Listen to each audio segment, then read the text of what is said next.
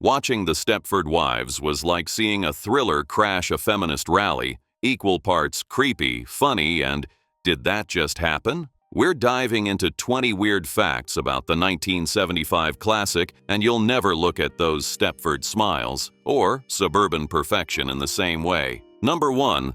The marriage that nearly sank Stepford. You know how every Hollywood movie has at least one behind-the-scenes meltdown? The Stepford Wives had a doozy, and it all started with what seemed like a harmless decision. Director Bryan Forbes cast his wife, Nanette Newman, as one of the Stepford Wives. Cute, right? Well, not if you were William Goldman, the screenwriter. He'd pictured the wives as these dangerously sexy Barbie-doll-meets-femme-fatale types, women who could seduce you and then probably steal your soul. Instead, Forbes went with a softer, almost saintly take that, according to Goldman, gave off Amish-nightgown vibes. He was not amused. Of course, he couldn't tell Forbes straight to his face that, "I don't think your wife is hot enough." And at one point, he even threatened to pull his name from the movie, which would have been like detonating a PR bomb in the studio lobby. Costume designers scrambled, the set turned toxic, and crew members probably started updating their resumes. In the end, one man's marriage nearly buried a horror classic. Number 2. Goldman's secret emergency draft. The fight between Bryan Forbes and William Goldman didn't just stall filming, it almost killed the movie. So Goldman did what writers do best. He hid from everyone and started typing like a man possessed. Problem was, his hotel room looked like a landfill, and the only clean flat surface left was the lid of the toilet tank. That's right. The Stepford Wives' legendary finale was born in the bathroom. Perched on porcelain, fueled by caffeine and rage, Goldman hammered out an entirely new third act overnight. And that unforgettable climax, where Joanna meets her soulless, doll-eyed duplicate, was nowhere in Ira Levin's book. Not in the early drafts, not in the studio notes. Just one exhausted writer muttering, "Fine, I'll fix it myself," and cranking out a sequence that became the creepiest moment in the entire movie. Proof that sometimes the best horror comes from desperation and terrible hotel housekeeping. Number 3. The eyes weren't contacts. You'd think that the creepy, glowing stare the Stepford Wives give was some high-end special effect, but nope. It came from $5 plastic Halloween lenses the prop guy snagged at Woolworth's. Genius for the budget, a nightmare for Catherine Ross. The cheap plastic basically sandpapered her eyeballs, so she had to do saline baths every night just to survive the shoot. Meanwhile, the cinematographer, Owen Roisman, was obsessed with the look. He kept pushing for wide-open shots to catch that perfect glint, while Ross was quietly going blind in the corner. It was a cruel trade-off. She suffered constant pain, the film got its defining image, and Woolworth sold the best ROI in horror history. Forget method acting. This was method suffering. Number 4. Betty Friedan tried to kill it. Just when the cast and crew thought their biggest problem was fighting each other, along came Betty Friedan. She was the author of The Feminine Mystique and one of the loudest voices in women's liberation. She heard about the Stepford Wives and immediately labeled it a sick joke on women's lib. Instead of reading the story as satire, she saw it as Hollywood basically saying, "Congrats, ladies, you can either nag your husband to death or shut up and make a casserole." She started calling for a boycott, which sent the studio into full panic mode, so they set up a private screening to calm her down. But of course, that didn't work. 90 minutes later, she stormed out and slammed the door so hard that it probably shattered the glass on a poster in the lobby. The crew later turned that moment into shorthand for disaster. Anytime something went wrong, it was another Friedan exit. Number 5. Catherine Ross refused to stab for real. In one of the film's most shocking scenes, a horrified Joanna stabs her best friend Bobby to prove she's been replaced. Intense stuff, right? Well, when the scene was about to be shot, Catherine Ross took one look at the setup and said, "Yeah, no, I'm not stabbing Paula Prentice even with a fake knife," which honestly is fair. Forbes, the director, had to improvise. He slipped into Ross's blouse, put on a pair of gloves, and did the stabbing himself. So that chilling close-up is Forbes's hand, not Ross's. Meanwhile, Ross stood off camera, eyes shut, basically pretending to poke at the air. On screen, it looks terrifying. On set, it looked like a director cross-dressing just to commit fake homicide. Sometimes movie magic isn't about million-dollar effects. It's about creative solutions to the words absolutely not. Number 6. The Town That Hated Them. To capture the unsettling perfection of its titular suburb, the production moved to the affluent real-life town of Westport, Connecticut. When the crew rolled in, they thought they'd found the perfect Stepford. Pretty lawns, picture book streets, the whole Norman Rockwell starter pack. The locals, however, were not thrilled about their little paradise being rebranded as the home of homicidal husbands and robot housewives. They organized protests, waved signs, and even called the cops over suspicious noise the second a generator started humming. Property values, they feared, would tank if the world thought suburbia was secretly mass-producing androids. So the production had to go full guerrilla, hiding equipment in trucks, shooting at dawn like they were staging a heist, and dodging angry homeowners glaring from their hedges. In a weird twist, the town acted exactly like the film's paranoid setting, trying way too hard to protect its perfect image. Number 7. The Robot Walk Took 6 Weeks to Learn. Bryan Forbes had a very specific vision for how the Stepford Wives should move, like creepy mannequins on wheels. To make that happen, choreographer Tony Mordente cooked up a bizarre training program. Imagine actresses rehearsing in parking lots with high heels stuffed full of birdseed, one shoe heavier than the other, wobbling around like possessed flamingos. It was equal parts experimental dance and OSHA violation. Unsurprisingly, one actress took a spill, sprained her ankle, and the insurance company shut the whole circus down before lawsuits started breeding. Desperate, they tried rice, too light, sand, too leaky, and probably considered gravel before finally giving up. In the end, the perfect robot glide wasn't the result of birdseed sorcery at all. It was just the editor slowing the footage to 22 frames per second. 6 weeks of sprained ankles and spilled birdseed, all replaced by a dial turned down in post-production. Number 8. A studio note. Can we make the husbands nicer? If there's one constant in Hollywood, it's that sooner or later some executive will lob in a note that makes you question whether they've actually read the script. For the Stepford Wives, it came from a nervous junior exec who thought the husbands were a little too villainous. His bright idea? Maybe they weren't turning their wives into robots for control, but, for love. Like, sorry, honey, I had you lobotomized so we could reconnect over fondue night. William Goldman was having none of it. He wrote a scorched earth memo explaining in exquisite detail why the suggestion was idiotic, finishing with the immortal line, "If you want lovable husbands, remake The Sound of Music." The studio folded instantly. Goldman's memo now lives in the Academy's archives, basically preserved as a masterclass in how to roast your boss and still keep your job. Number 9. The infamous grocery store still open. That creepy supermarket scene with the wives gliding down the aisles like Stepford zombies wasn't shot on a set.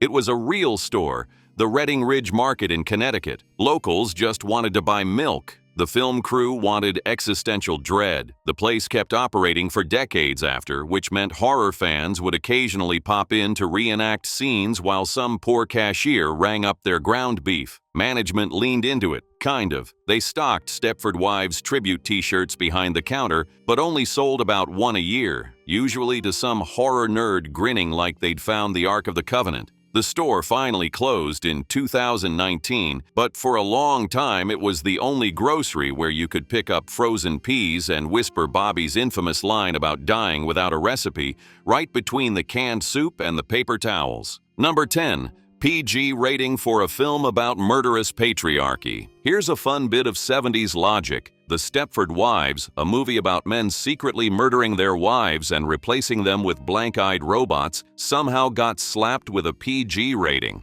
Why? Because the MPAA had a checklist back then that basically boiled down to blood, boobs, or swearing. Stepford had none of those, just the small matter of women's personalities being erased like chalk on a blackboard. The violence was emotional, existential, and apparently invisible to the ratings board. A man stabbing his wife on screen? R. A man quietly deleting his wife's entire soul? PG. Bring the kids. It's a perfect snapshot of the 70s mindset. Hemoglobin counted, heartbreak didn't. No wonder every horror director from that era chain-smoked. If these facts are curdling your suburban bliss and making you look twice at that new neighbor who power washes their driveway at 10 p.m., then do me a favor. Hit that like button so hard the people next door hear it, and subscribe for more deep dives. Number 11. The poster was a last-second collage panic. You know, in Hollywood, sheer panic sometimes beats careful planning. The film's iconic and deeply unsettling poster, featuring a ghostly, shattered image of a woman's face, was not a carefully designed piece of art. It was a panic attack with glue sticks. The studio originally hired Bill Gold, a legend who turned in a haunting design of Joanna fading into electronic circuitry. Too artsy, too sci-fi, they said. Not domestic enough. With a deadline breathing down their necks, someone raided a toy aisle, bought a handful of Barbie heads, and Frankensteined them onto a Polaroid of Catherine Ross. Then they Xeroxed it until it looked grainy and weird, slapped the title on and called it done. What should have been a disaster somehow became one of the most recognizable posters of the decade. Number 12. The budget doubled overnight. The Stepford Wives was supposed to be a tidy little thriller with a $2.8 million price tag. By the time the dust settled, it had ballooned to nearly $6 million. Basically the film equivalent of maxing out 3 credit cards before payday. The overspending came from everywhere. Reshoots thanks to writer-director feuds, delays from sprained ankles, birdseed method, and the general chaos of a set where no one liked each other. But the crown jewel of waste came from a futuristic gadget, an early drone camera. The crew hired a hotshot engineer to capture sweeping aerials over Long Island Sound. On its maiden flight, the drone immediately malfunctioned, belly flopped into the water, and sank like a brick. Turns out, nobody thought to waterproof it. The budget report summed it up beautifully in one line item: experimental sea junk. Sometimes your cutting-edge technology ends up as fish housing. Number 13. Paula Prentice improvised the Bobby laugh. Sometimes the most indelible moments in film are born from an actor's instinct. In the script, the directions for the newly roboticized Bobby were simple and uninspired, laughs hysterically. But Paula Prentice thought that sounded dull, like evil sitcom energy.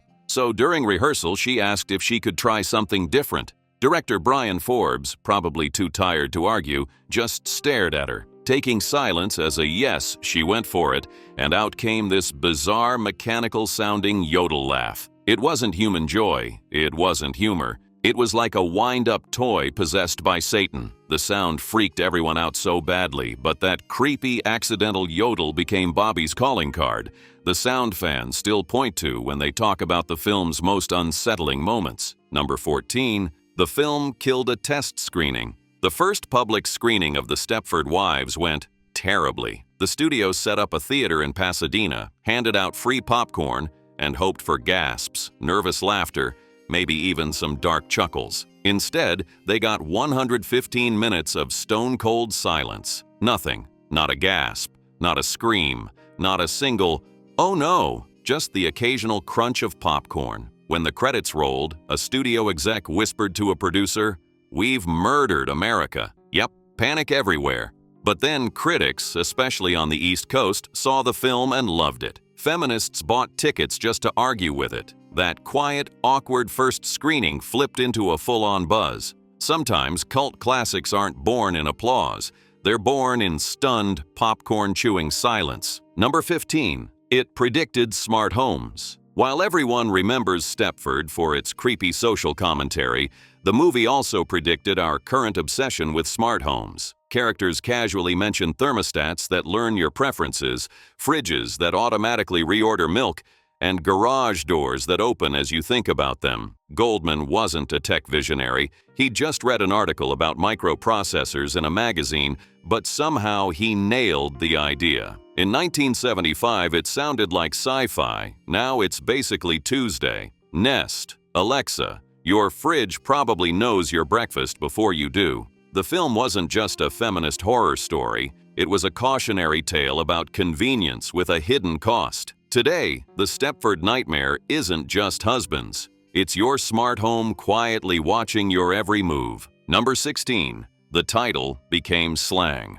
Few movies actually leave their mark on the language, but Stepford Wives did just that. By 1977, just 2 years after release, calling someone Stepford was shorthand for perfectly coiffed, unnervingly cheerful, or robotically obedient. PTA, moms, co-workers, even politicians, anyone who seemed a little too compliant risked the label. The term spread everywhere: newspaper headlines, talk shows, social commentary, and eventually made it into the Merriam-Webster dictionary as a word for robotically compliant or submissive. Basically, a fictional town's name became a one-word warning about conformity. That's cultural impact on steroids. Your movie doesn't just entertain, it rewires how people describe reality. Number 17. The 2004 remake, Cut the Horror. In 2004, Hollywood tried to update the classic, handing the reins to Frank Oz with Nicole Kidman in the lead. Instead of keeping the creepy tension,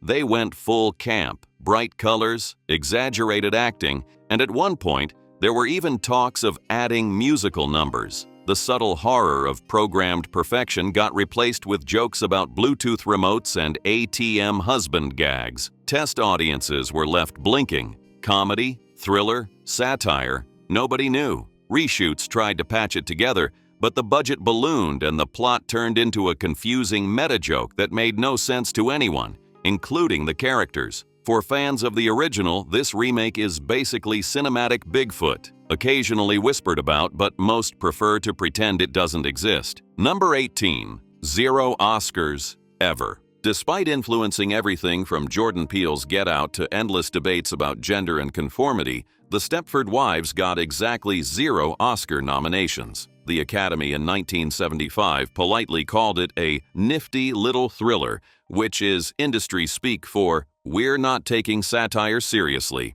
Its clever screenplay, chilling score, and social commentary ignored. William Goldman, ever the sarcastic genius, reportedly framed the official snub letter and hung it above his desk with a plaque reading, "Proof they don't get satire unless it sings." It was a perfect private tribute to a film that was too smart and too weird for its time. Number 19. The soundtrack was a happy accident. That eerie, unforgettable theme, the one that's simultaneously beautiful and deeply unsettling, was actually a mistake. Composer Michael Small meant to write a classic suspense score, all atonal strings and dissonance, but the orchestra kept sliding into something softer, more melodic, almost like a lullaby. Instead of fighting it, Small leaned into it, layering that sweetness over a menacing synth bass and a simple music box motif. The result? A perfect sonic metaphor for Stepford, gorgeous on the surface but hiding a cold, predatory core. A total accident, and yet it became one of the film's most iconic elements. Number 20. The final freeze frame was an accident. You know that insanely creepy final shot of the movie, where Joanna's fully transformed and just glides through the supermarket like some possessed aisle queen? The camera zooms in on her face, those black, soulless eyes staring off into, well, nothing for what feels like forever, and then, bam, the movie ends. You'd think it was some genius, carefully planned artistic choice, right? Nope, total accident. The crew tried everything: slow zoom-outs, dramatic pulls, fades to white, basically every cliche in the book, and nothing felt right. Then Catherine Ross, probably tired of all the fuss, just said, "Let's hold the shot." No blinking, no breathing, just stare. So they did, and the camera operator, being a stickler for commitment, kept rolling until the camera literally ran out of film. That little pop you hear? That's the camera dying mid-shot. And that's why we got that freeze frame everyone still gifs and nightmares over today. A cinematic accident that somehow became iconic, dark, quiet, and perfect. What's your weirdest takeaway from this list? Let us know in the comments below. Share this video with the neighbor who alphabetizes their spice rack, and subscribe, because out here in the world of cinema history, the grass is always greener until you find out it's programmed to be. Wow, that was weird.